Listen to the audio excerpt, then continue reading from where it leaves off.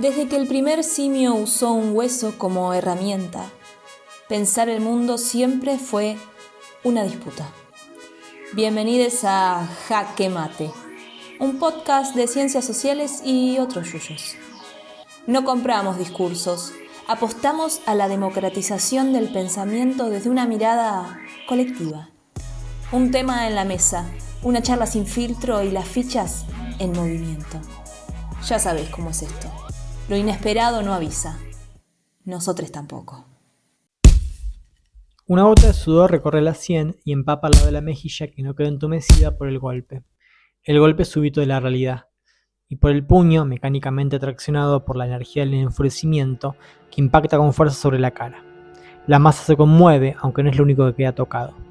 Así la violencia física es esa expresión final de arremetimiento de un cuerpo sobre otro. Como en aquel instante primigenio tan fascinantemente inmortalizado en el film 2001 Odisea en el espacio, donde el primate comprende el poder de la coerción en la materialidad del hueso hecho arma. De allí a la guerra quizás hay un solo paso, una decisión política que se arbitra por otros medios. El Homo usando sus sapiens para doblegar a un otro con un cacho de piedra, con un misil atómico, o con un dron teledirigido por IA que te revienta sin mediar intervención o sentir humano. Por lo tanto, todos podríamos decir que esa es la faceta de un tipo específico del ejercicio de la violencia. Aquel que atiza la confrontación con aquello que se deshumaniza y puede desgarrar la carne. Pero, ¿qué pasa cuando el hambre hace retorcer las tripas o se hacen diferencias crueles por el origen, género, religión y mil otras cosas más? Hay también violencias con ese plural. Podemos decir que son las noticias del día a día, algún hecho puntual, que quizás lo scrolleaste en un milisegundo, ¿no? Pero lo más preocupante es que, siendo una realidad constante y que a todas luces podría ser evidente, muchas veces se camufla, se naturaliza o se justifica con epítetos que en tiempos de naturalización de la idiotez nos impermeabilizan de sensibilidad y nos inhiben de la capacidad de la empatía. Subterráneamente, en sus múltiples variantes y vertientes psíquicas, simbólicas, culturales y económicas, la violencia, que ahora vemos, mas no observamos, opera como aquel método ludovico de la naranja mecánica, pero ahora autoadministrada. Supuestamente preserva nuestro libre albedrío, pero ahora cada vez que desde una pantalla consumimos crueldad, la dopamina se libera y los niveles de insensibilidad se disparan algorítmicamente. De modo tal que la violencia es mentir, o peor aún, mentirnos al convencernos de que el horror es solo un píxel en la pantalla, un evento aislado que se puede despachar con un rápido deslizamiento del pulgar hacia arriba. Nos autoadministramos el veneno en dosis de contenido de 15 segundos. Al igual que en la distopía de Kubrick, nuestros ojos están obligados a mirar, pero no hace falta que nos sujeten los párpados con pinzas de metal. Mantenernos con la mirada fija es por propia voluntad, anestesiados por la recompensa inmediata del flujo digital. El algoritmo no genera la violencia, solo la optimiza, volviéndola rentable, masticable y trágicamente invisible. La mayor victoria de las violencias modernas no es el sometimiento del propio cuerpo, sino la domesticación de la mirada, que aprenda a ver el sufrimiento y decide no observar. Al final del tablero, el verdadero jaque mate no nos lo da un dron teledirigido ni un misil en una frontera lejana. Nos lo damos nosotros mismos cada vez que elegimos la ignorancia deliberada, perdiendo la partida más crucial de todas, la de seguir siendo humanos. Entonces, quizás lo único y primordial que debamos hacer sea volver a mirarnos y, si es posible, a los ojos.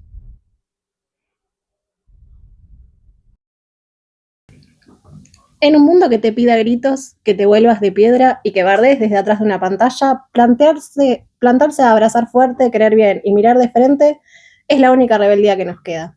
Porque obvio, el cursi no muere. Bienvenidos a Jaque Mate. Hoy hablamos de las violencias, pero también de cómo no perder la ternura en el intento. ¿Cómo están, compis?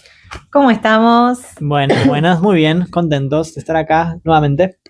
Y venimos con este episodio donde hicimos un recorrido, ¿no? Sí. Hablamos de lo inesperado, de la otredad, y ahora nos metemos en un tema tan trillado, tan común, tan de estos tiempos también, y de los tiempos de la historia, ¿no?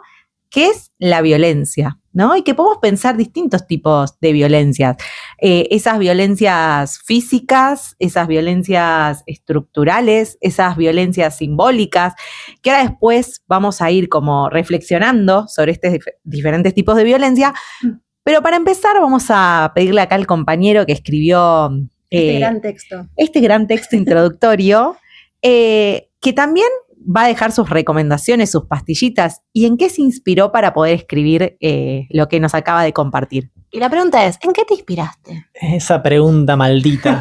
Me parece que está bueno siempre que esta cuestión de la violencia nos dispare ciertas preguntas, seguir abriendo, y me parece que la editorial buscaba un poco eso, traer imágenes que nos permitan llevarnos a diferentes terrenos donde la violencia es ejercida y que a veces me parece que está interesante poner los términos de que la violencia en un punto es constitutiva de la condición humana, y me parecía piola estas dos películas, esas dos imágenes. 2001, Odisea en el espacio, la recomiendo que la vean, pero tiene esa escena tan genial para mí del mono que está ahí explorando y que se encuentra con esos huesos, que después lo convierte en un arma y amedrenta a otros grupos y se convierte en una cuestión de un poderío. Y esa imagen es bastante representativa de la violencia y cómo la violencia muchas veces genera determinados tipos de conducta, de comportamiento que nos caracteriza como humanos, ¿no? Y después la otra, que tiene que ver más con la modernidad y el siglo XX, ¿no? Que es la naranja mecánica, ¿no? Como esa violencia también como llevada a un extremo casi distópico, ¿no? Un poco irreal en un punto, ¿no? Donde hay unos pibes que están por fuera de todo registro, rompiendo todo y generando mucho quilombo, y hay algo de las instituciones de intentar controlar esa violencia, de poder generar mecanismos, ¿no? Entonces se lo ponen ahí mirando todas esas violencias con los ojos sostenidos por unas pinzas metálicas para generarle una especie de trauma y que eso lo condicione y no pueda practicar más esas prácticas horrendas que tenía ese grupo. Parece que están buenas para verlas y me dispararon para escribirla. Y me parece que va conectada con esto que veníamos diciendo, que lo traemos ahora, de autores que tratan sobre eso de las instituciones en la modernidad, ¿no, Nati? Sí, y podemos irnos también a los clásicos y les voy a tirar una pregunta acá a la mesa. Porque podemos pensar cuando arrancan los estados modernos, claro, y tenemos autores contractualistas como Rousseau, Hobbes. No conozco ninguno, pero... Bueno, uno básicamente dice, siempre hablando en masculino, ¿no? Los hombres, podemos decir la humanidad, las personas, para Rousseau son buenos por naturaleza y cuando llega al Estado se corrompen, cuando llega a la propiedad privada se corrompen. Y Hobbes dice todo lo contrario, los hombres por naturaleza son malos y necesita que justamente haya alguien que regule. ¿Ustedes qué piensan? Y qué sé yo, siempre está una tensión ahí. Uno no compra del todo, pero yo creo que somos un poco el hombre lobo del hombre. Me parece que hay algo ahí. Yo creo que el problema es el hombre. El hombre, exactamente, el problema es el hombre. Estamos de acuerdo, sí, muy bien. Hasta ahora lo que se repite en el factor, la maldad y el hombre son diferentes. No, y hay un libro muy interesante, más cercano al presente, de un sociólogo. Recomiendo mucho este libro, que se llama Norbert Elias, un libro que se llama El proceso de la civilización, que me parece interesante porque cuando leía tu editorial se me venía automáticamente este autor, ¿no? De cómo en la modernidad, cuando empiezan los estados modernos, todo lo violento, los lugares de encierro, el horror, bueno, en realidad, por lo general se buscaba que no esté a la vista de las personas, ¿no? Como que estén en lugares ocultos, las cárceles, los manicomios, y podemos pensar en diferentes dispositivos de encierro. Pero ahora, también con el presente, y pensamos en el algoritmo, en las redes, en todo lo que circula, hay como una especie de, el autor lo pone medio en estos términos como de higiene de la crueldad, ¿no? De higiene de lo violento, donde te aparece la violencia en un píxel, donde vos no lo ves, y no es lo mismo verlo en carne propia, viendo rostros humanos, el cara a cara, que verlo a través de una pantalla. Hay algo ahí de distancia y cómo cada vez nos acostumbramos más a ver hechos violentos, ¿no? Tal cual, sí, un poco la editorial iba un poco por ese lado, que venía a saldar una preocupación. Me parece que estamos en un mundo donde lo visual y las pantallas nos saturan de información y naturalizamos Claro. completamente. Total. Entonces, en esa idea de que hay diferentes tipos de violencias, como un triángulo de la violencia, no sé, una violencia directa que es física, es verbal, una violencia estructural que tiene que ver con las desigualdades, ¿no? Con la falta de acceso a ciertos derechos, y una violencia que es prácticamente cultural, donde asimilamos violencia de todos los lugares posibles, pero las naturalizamos. Claro. O sea, observamos, pero más bien no miramos, nos hacemos los desentendidos, y no solamente en la pantalla, digamos, lo vemos en las calles, lo vemos en las instituciones donde participamos, en Sí. donde hay vida social. Me parece que ahí hay una preocupación. Totalmente. La pedagogía de la crueldad, diría Sclier. A ver. No, Sclier también es medio parecido. Para mí que es choreo de Norbert, ahora que lo pienso. Guarda. Ojo, que habla de esto, de que ya no necesitan la agresión, o sea, no necesitamos la experiencia violenta de cagarnos trompadas, porque total ahora tenemos este soma, digamos, de indiferencia, o sea, lo violento nos genera indiferencia. Estamos tan anestesiados que en realidad lo que nos va a hacer salir en algún punto también es el enojo. Claro. O sea, como que yo pienso en la violencia, pero también pienso que hay como una parte buena, entre muchas comillas, de la violencia. Como que esto de lo que dice Spinoza, un filósofo neerlandés.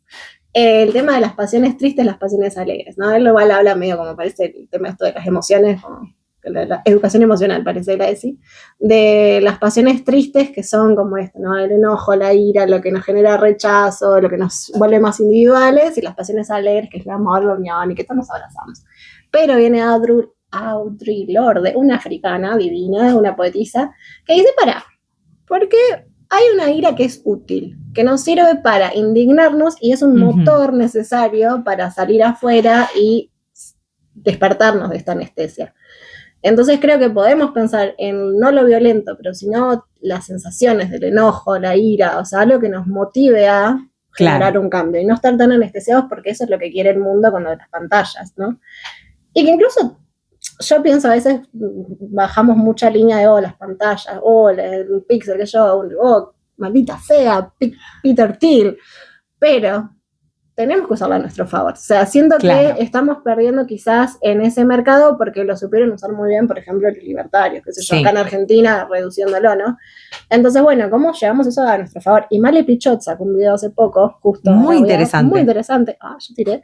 Que habla sobre, les habla a ellos básicamente, los bardea, les habla en su mismo lenguaje, y la respuesta de ellos fue, qué feo como dice, qué feo como comunica. ¿Por qué? Porque es mujer y porque está usando los mismos mecanismos que los varones usan para defenestrar al otro, a ese que quieren finiquitar, para decirlo de alguna manera amorosa. Entonces, hay que ver cómo se usa también, ¿no? Los mismos discursos que nos parecen violentos, porque son violentos en el fin, pero que ridiculizan o caricaturizan a esta gente que se cree que la sabe todas, estos varones de alto valor y mujeres de alto valor. Así que bueno, por ahí va mi pensamiento también, ¿no? Sí, hay algo, de la violencia en el sentido que uno lo termina mirando es como forma de opresión. Sí. Pero también podemos pensar que la violencia, históricamente, también fue la forma donde las clases populares, los sectores postergados, también encontraron para vehiculizar y siglos de opresión transformada en rebeldía, en rebeliones, en revoluciones. O sea, a mí se me viene la idea esta de Franz Fanon, ¿no? Como diciendo, bueno, la violencia mocatárquica, como, bueno, es la que me libera del yugo colonial. Él hablaba de África, ¿no? De lo que sucedía con siglos de opresión de las potencias europeas. Bueno, los negros nos tenemos que rebelar, y si ellos durante siglos usaron la violencia, nosotros también la vamos a usar para liberarnos. Estamos hablando del siglo XX, del siglo XX, pero bueno, también en este tiempo tendríamos que repensar las formas en las que canalizamos esa forma, capaz no la violencia en el término de agarrar las armas, pero habría que repensarlas. Yo voy tirando un poquito. Bueno, si la tiramos y después pasa. Ahora que me hiciste pensar también está esto, ¿no? Yo estoy jugando con el micrófono. De la violencia de colonizadores y la violencia de colonizados. Claro. No es lo mismo desde Latinoamérica hablar de la violencia que hablarla desde El gran reinado de España. O sea, Oprimidos, opresores. ¿De dónde viene la violencia? No es lo mismo. no. Y en esa línea, y que va ligado también a la violencia, es hablar del conflicto. Esto que ya lo habíamos hablado en el primer episodio también, cuando hablamos de lo inesperado. El conflicto social, bueno, es parte de nuestra sociedad y tiene que ocurrir. ¿Y cómo es utilizada esa violencia? ¿Para qué? ¿Por quiénes? Y ahí te cambia un poco la mirada también, porque esta famosa frase, no me acuerdo si era una canción de Calle 13, pero me meto en el sistema y lo hago mierda desde adentro. Bueno, es un poco también meternos en el mundillo algoritmo, redes sociales, que ahí hay una cuenta bastante pendiente. Me quedaba pensando con esto que traía Cande recién, de cómo un sector hoy, clase dirigente, podemos pensar en la Argentina, con los libertarios, manejan de taquito lo que son las redes sociales. Y del otro lado, y la verdad que cuesta bastante, porque hay como un tabú con empezar a meterse en ese mismo lenguaje, en ese terreno, que es un nuevo terreno de disputa política, que me parece que estamos como bastante alejados, me da la sensación. Quienes estamos de este otro lado, me parece que es un terreno que hay que seguir explorándolo, metiéndose. Bueno, desde este podcast intentamos también hacerlo, pero es un lugar de disputa política. Gracias. Muchas veces ninguneado también. Y ahí es donde radica para mí el Gracias a problema. nuestros 300 seguidores. Muchas gracias. No, y otra cosa que me quedaba pensando esto de la imagen, me gustaba traer a una autora llamada Susan Sontag, que es norteamericana, que habla de la fotografía de la guerra, ¿no? Porque ahí traía un poco en la editorial la guerra, que después en las recomendaciones me gustaría hablar sobre la guerra, ¿no?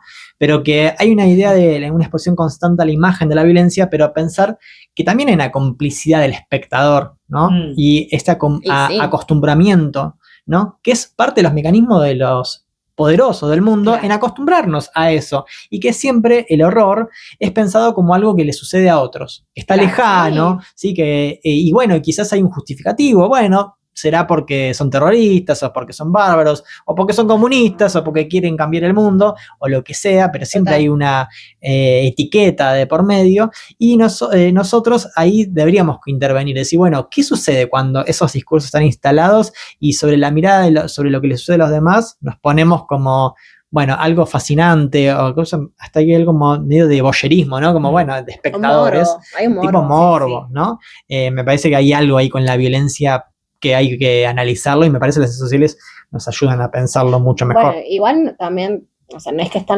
parece lejano ahora porque está en una pantalla, pero, o sea, todo lo que fue la campaña anti-Argentina, entre muchas comillas, ¿no? Porque en realidad la campaña anti-Argentina empieza con nuestro presidente y hasta la Rosalía. O sea, hay algo que uno no se da cuenta y empieza a ver esos discursos y cómo el algoritmo trabaja con el tema del odio, porque en realidad lo que vende muy bien en las redes no es que yo te hable bonito y te hable de la ternura y ay, qué punk ser tierno. No, vende que yo me ponga a hablar ahora de la Joaquí que se separó de Lucra y que ahí metía una tercera en el medio, ¿entendés? Yendo a lo más básico, lo más banal. Tal cual. Y vende, porque genera en la gente odio, que eso es el rage bait, que tanto se habla también, de que, esto me genera enojo, entonces yo comento, yo te lo republico, yo te republico y recomento, y se genera toda una cadena de caca. Comentarios sobre eso, leía que, por ejemplo, ¿por qué hay tanto engagement con lo argentino? Porque los argentinos somos muy comentaristas en las redes sociales. Somos los que respondemos y eso genera aceite al mecanismo de la conversación en las redes. Sí, que no te vas a venir a meter con Argentina porque es lo más grande que hay en la Argentina. Claro, claramente. No, y con algo que decías me hacía acordar qué pasa con el acostumbramiento también de las retinas, ¿no? De lo que vemos, porque me acordaba, y nosotras pensando, por ejemplo, acá en Bariloche, algo que por ahí sucede, pero no es tan masivo, que si una persona va a las grandes ciudades, es normal ver niños y niñas durmiendo en la calle, familias viviendo en la calle, que acá en Bariloche también existen muchísimas personas que están en situación de calle, pero que suelen ser adultos. Es más raro ver familias, ¿no?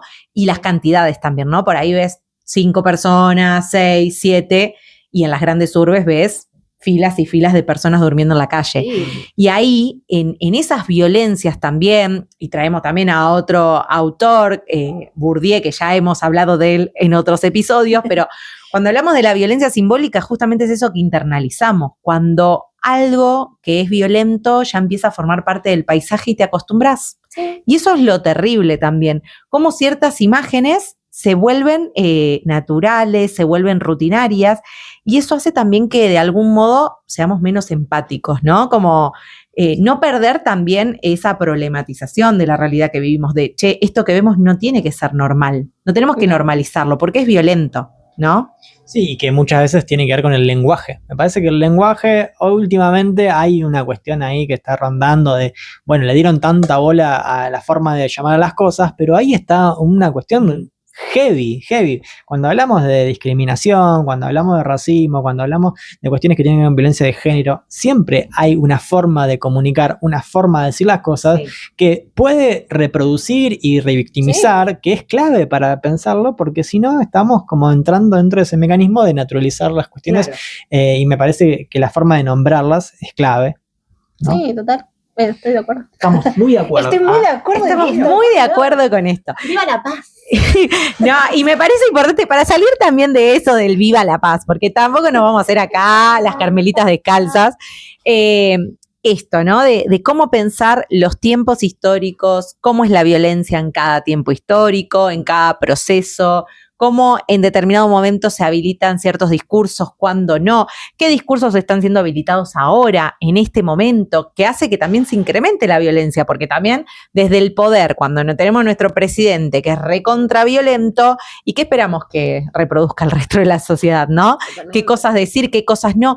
¿Qué cosas dan pudor? Este autor que les traía antes del proceso de civilización, Elías, también habla cómo el pudor, la vergüenza, según las épocas va cambiando. Hay cosas que hoy pareciera que no dan vergüenza, que si nos vamos, no sé, 10 años atrás, era vergonzoso decir determinadas cuestiones. O pasabas un poco de calor, decías, me la remandé. Y hoy pareciera que no. Es que hoy la moda es ser estúpido, perdón que lo diga así. Un beso a todos.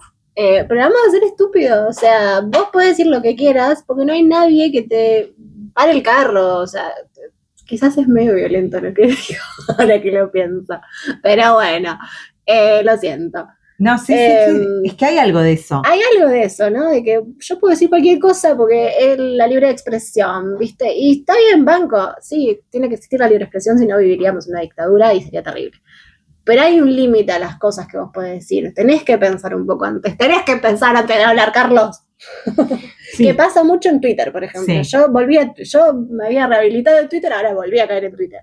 Y cada vez que entro digo, alguien tiene que cerrar esa cloaca. Porque no puede ser que todos opinen de todo. Pero opinan de todo sin saber nada y porque mi experiencia y qué sé yo, bancos, las experiencias son bárbaras. Pero no todo es una cuestión teórica lo que estás planteando de tu experiencia. Es como... No sé, no se me ocurre un ejemplo claro porque tengo varios en la cabeza, pero no. No, y estamos también entrampados en los dispositivos que los grandes núcleos de poder global nos instalan y caemos como chorlitos en esas dinámicas.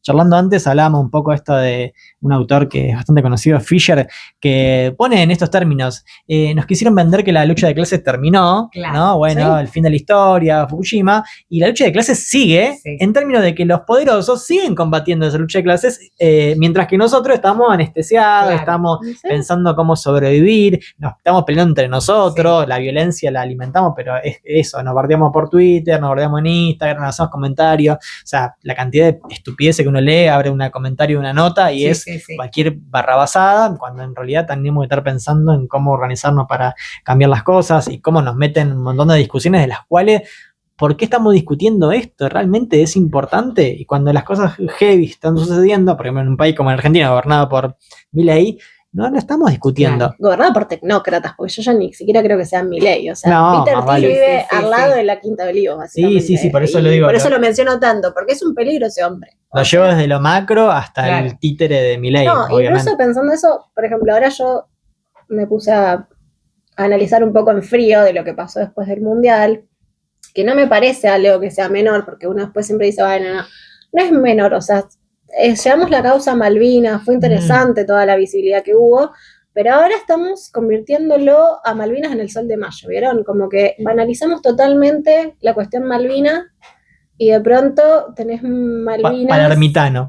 Claro, se vuelve un consumo palermitano de, ay, las Malvinas son argentinas. No, La Argentina tiene que ser argentina, las tierras tienen que ser argentinas, el suelo tiene que ser argentino. No podemos dejar Que ahí nos me pregunto regalen. también, para pensar, ¿no? A futuro, porque nos estamos corriendo un poco, pero Sí. también para mí es un poco violento. Entonces ahí es donde hago el linkeo, porque te dicen, ¿con qué vas a salir?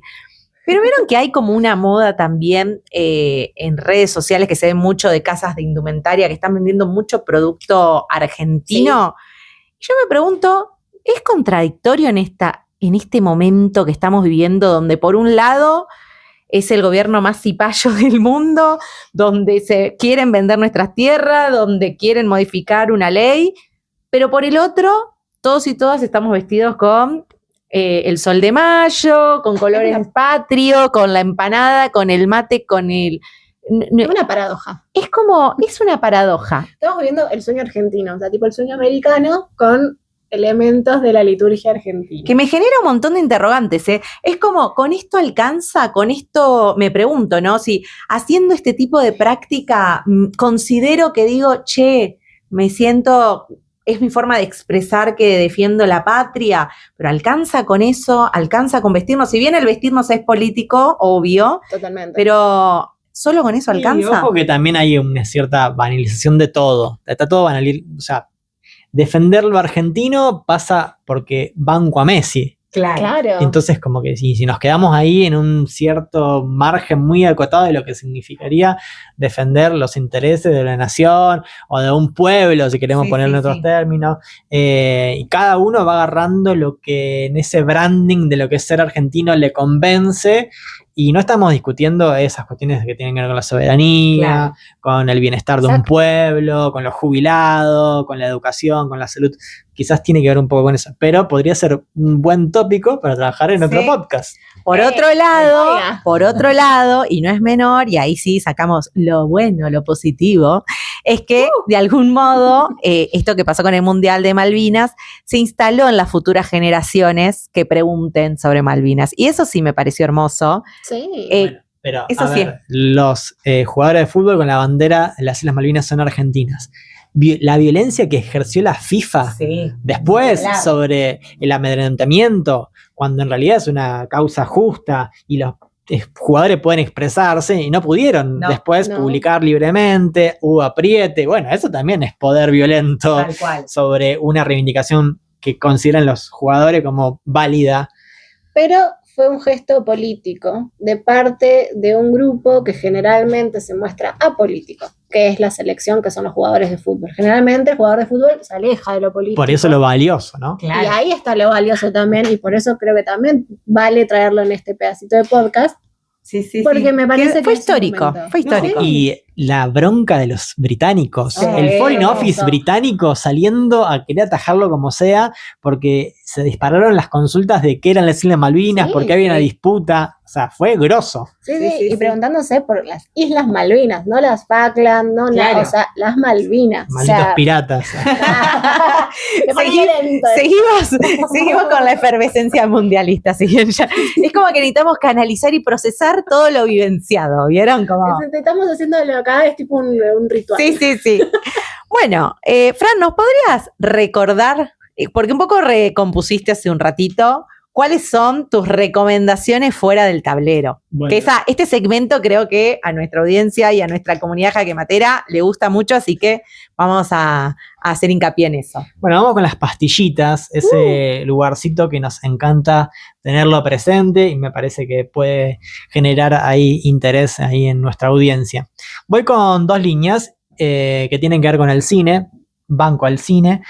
Una tiene que ver con una película que originariamente se estrenó en 1930 y está basada en una novela de Erich Maria Remarque, alemana, ¿no? Que se llama Sin novedad en el frente, y que hace unos pocos años atrás tuvo un reestreno, podríamos decir, reactualizado, ¿no? Está basado en hechos, ¿no? Que ponen como protagonista a un joven alemán que a inicio de la Primera Guerra Mundial se alista con toda la emoción de participar en una guerra que no tenían ni idea qué significaba y que poco a poco te va imbuyendo en el horror, ¿no? De un conflicto armado donde la muerte, el hambre, el barro, las ratas, etcétera, etcétera, lo hace, la podredumbre se convierte en algo insoportable, ¿no? Pero que tiene también una historia por detrás que tiene que ver con el cineasta que después publica, digamos, la obra, ¿no? Que por empezar fue prohibida por el nazismo, ¿sí? En el cine fue prohibido, ¿no?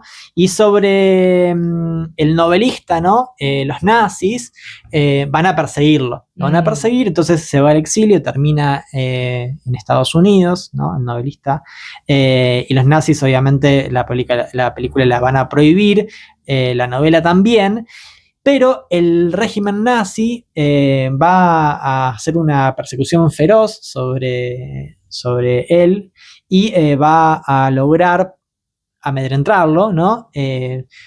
Tomando presa, encarcelando a su hermana, que se llamaba Elfriede Scholz, y porque ella tenía opiniones pacifistas, bancando la obra de su hermano, y el juez le dice, que se llamaba Ronald Freisler, le dice: su hermano está fuera de nuestro alcance, pero usted no se nos va a escapar, y en el año 43 va a ser guillotinada. ¡No! ¿Sí? La miércoles.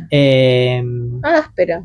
Como, bueno, una venganza de los nazis sobre ese discurso pacifista, porque si uno ve la película o lee la novela, trata sobre eso, ¿no? Un mensaje sobre paz, de la locura de la guerra y el sinsentido. Claro. No quiero spoilear cómo termina, pero es bastante terrible. O sea, no es la peli bélica, no es Rescatando al Soldado Ryan, es otra mirada totalmente distinta. Obviamente lo bélico aparece, las trincheras aparecen, pero el trasfondo, el mensaje final es otro, ¿no? Muy bueno. Si no ven el frente. La segunda película que quería comentarles se llama La tumba de las luciérnagas. Es una película del estudio Ghibli japonés, ¿no? Esta no la vi. No la veas por ahora, mírala. Si ustedes piensan que quizás un dibujito no les puede hacer llorar, están equivocados, porque esta película es inevitable que te haga llorar. De que empieza hasta que termina, es terrible. Está ambientada en la Segunda Guerra Mundial, en Japón, con los bombardeos. Los protagonistas son dos hermanos, Seita, que tiene 14 años, y su pequeña hermanita, Tetsuko, de 4, ¿no? Que están viviendo la experiencia de ser, obviamente, niños en medio de los bombardeos que le realizan a Japón por parte de los estadounidenses. Es terrible. Hay que verla. Está muy bien hecha visualmente y el mensaje... Tengo un dato de color. No, déjame terminar porque después esto se termina, pero hay un lore, podríamos decir, porque esto está basado en una novela de un escritor que se llama Kyuichi Nosaka, que en realidad lo que él intenta hacer es un poco expiar sus culpas. O sea, él intenta contar la historia de dos niños que sobreviven a los bombardeos y cómo hacen para sobrevivir a esa situación de estar huérfanos y conseguir comida, etcétera, etcétera, etcétera. Pero el autor después va a confesar que en realidad esa idea de que él plantea en la novela, de que cuida a su hermana menor, que hace todo lo posible para que ella no se dé cuenta de lo que está pasando, en realidad fue todo una especie de expiación de culpas, porque en verdad él estuvo a cargo de una hermana más pequeña, ¿sí? En medio de los bombardeos en Japón, siendo huérfanos, y él prácticamente dice que no la cuidó, ¿no? Que hizo todo para su propia supervivencia, le roba las raciones, no la golpeaba cuando su hermana lloraba, entonces tiene un trasfondo feo, oscuro de la realidad, pero bueno, esto de las luciérnagas tiene que ver con los bombardeos, ¿no? Y bueno, y lo fugaz de la vida, ¿no? De una luciérnaga.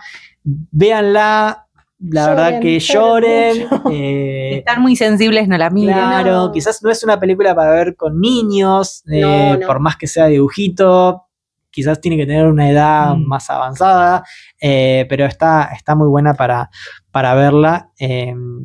estando un poco tranquilo anímicamente, porque si no te pega medio mal. Claro. No, y aparte está buena porque es pensar también las infancias en la guerra, o sea, porque él se piensa como un villano por haber hecho lo que hizo, pero en realidad eran niños. O claro. sea, Niños. era un niño cuidando de un bebé. Sí, sí, sí. O sea, Sí.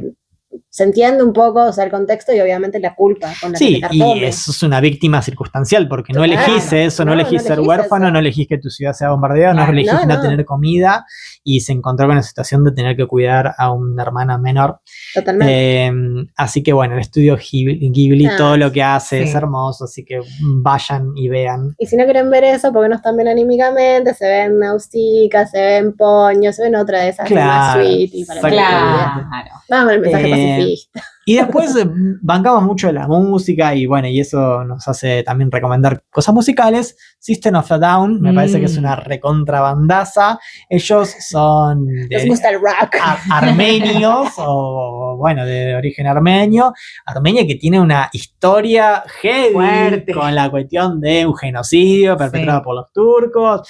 Bueno, ellos son bastante incendiarios con sus letras, críticos, antisistema en un punto.